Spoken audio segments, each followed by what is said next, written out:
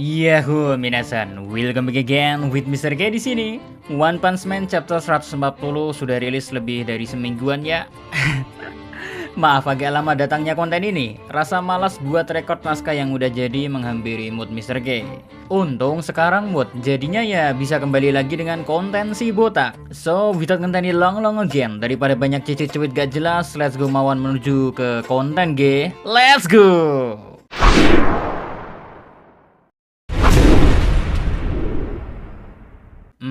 Ada banyak hal menarik yang terjadi di chapter 140 ini. Misalnya King dan Tareo bertemu dengan Metal Bat, adanya mobil transparan, hingga kerjasama epic antara Metal Bat dan King terjadi di chapter ini. Langsung saja dah Mr. K coba tanggapi satu-satu hal menariknya. Dimulai dari mobil transparan, yang sebenarnya ini mobil yang tak terlihat ya, bukan karena teknologi yang ada pada mobilnya, tapi karena teknologi bernama Quantum Steel Seal digunakan untuk bersembunyi dari ancaman yang ada. Teknologi ini pun semacam tembok atau dinding atau kaca. Suka-suka kalian lah beranggapannya seperti apa.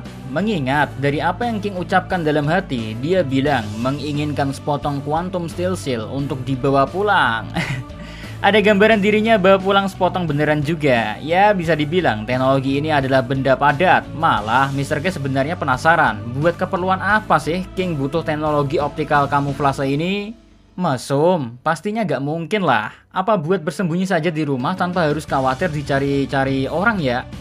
Lanjut, di sini pula kita mendapatkan momen menarik ketika Tareo dan Waganma bertemu kembali.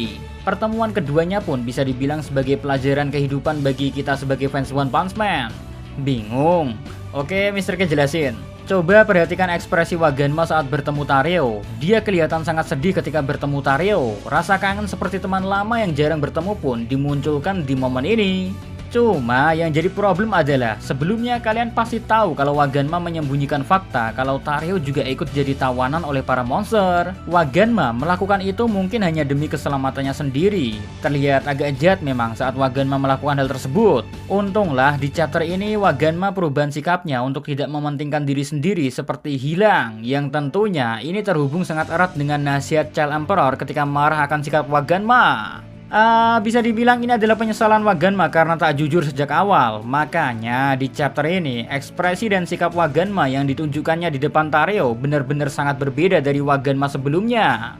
Terlihat Waganma sangat tulus ingin berubah menjadi pribadi yang lebih baik. Dari sinilah Mr. K bisa menyimpulkan kejadian ini bisa jadi pembelajaran kehidupan. Selalu ada kesempatan kedua untuk menebus kesalahan di masa lalu. Apa yang ditunjukkan Waganma mungkin adalah tamparan keras bagi kita sebagai manusia yang kadang tak bisa melihat usaha orang lain yang pengen berubah baik hanya demi menebus kesalahan masa lalunya.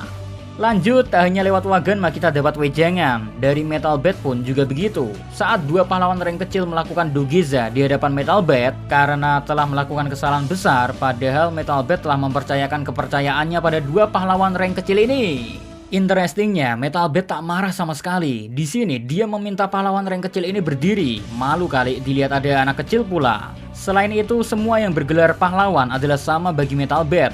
Niat semua pahlawan pastinya pengen menolong. Masalah hutang budi seperti ini, Metal Bat juga berhutang pada pahlawan rank kecil sekalipun. Mengingat semua pahlawan sama bagi Metal Bat.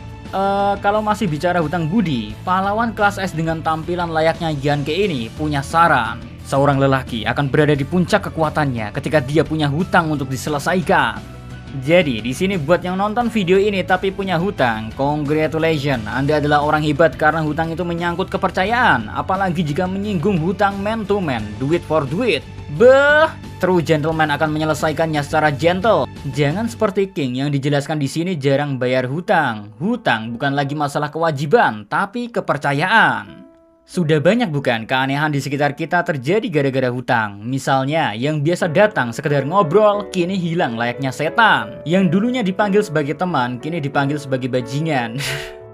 Yang memberi piutang malah gak ada bedanya dengan pengemis. Yang hutang sok puitis. Ya begitulah hutang. Deritanya kalau gak dituntaskan bakal bikin repot lika-liku kehidupan. Next, masalah hutang kelar. Kini lanjut ke nasihat pembelajaran berikutnya yang diberikan oleh Sekingar ketika pahlawan rank kecil yang menyesal pada Metal Bat tadi ya mengeluhkan ketidakmampuannya sebagai pahlawan dalam bencana yang besar seperti ini. Mereka merasa seperti sampah yang tak berguna. Kekuatan mereka seperti sia-sia saja jika melihat apa yang bisa pahlawan kelas S lakukan. Nah, disinilah Sekinggar memberi nasihat yang intinya kalau semua ini bukan hanya tentang kekuatan. Semua orang punya tugasnya masing-masing, entah itu pahlawan kelas S, A, B, C, D, E, F, ataupun staf kantor pahlawan.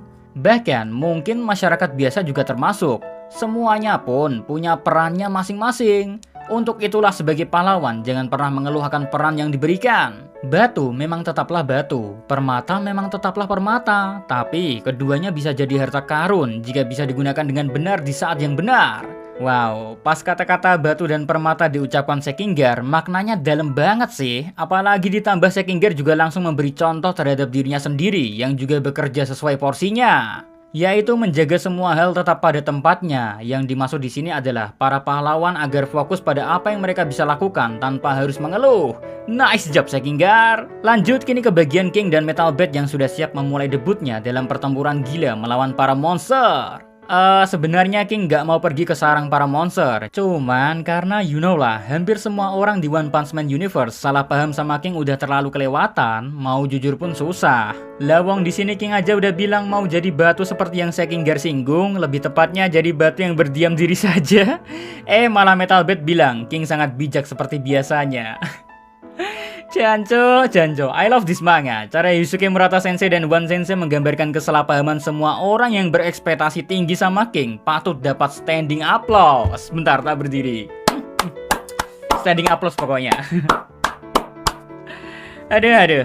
Oh iya, di chapter ini King juga dimintai tolong oleh Tareo untuk menyelamatkan seseorang. King pun menyetujui permintaan tolong Tareo, karena Tareo juga sangat berharap seseorang tersebut bisa ditolong, yang dimana kita tahu dia adalah Garo. Cuma King kan belum tahu ya, jadi wajar King menerima requestan dari Tareo karena murni gak tega melihat Tareo menangis. Andai pun kejadiannya King tahu orang tersebut Garo, bukan Tareo yang nangis pak, tapi King yang nangis batin pak.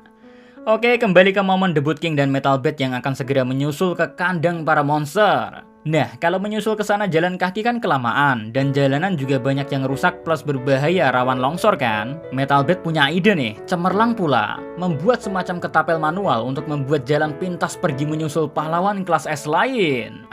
King sadar ini sangatlah berbahaya, cuma mau gimana lagi pak? Dia udah mencoba berlari, nasib berkata lain, si Metal Bat mengajak King dengan epic, gak ada cara bagi King kabur lagi. And now saatnya meluncur. Lesatan ketapel ini pun sangat kencang. Adrenalin King terpacu karena takut ini adalah hari terakhirnya untuk hidup. Tapi seperti yang kita ketahui sendiri, keberuntungan King 11-12 dengan God Usopp dalam situasi bahaya saja bisa save. Apalagi cuma diajak Metal Bat barbar seperti ini. Ya, it's easy. Lucky Magic bakal bekerja. King dan Metal Bat pun selamat. Kini tinggal gaskan lanjutin perjalanan menuju panggung utama.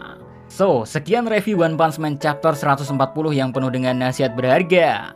Bisa dijadikan pelajaran dalam kehidupan kita masing-masing, bisa juga tidak. Semua tergantung persepsi setiap orang maunya gimana.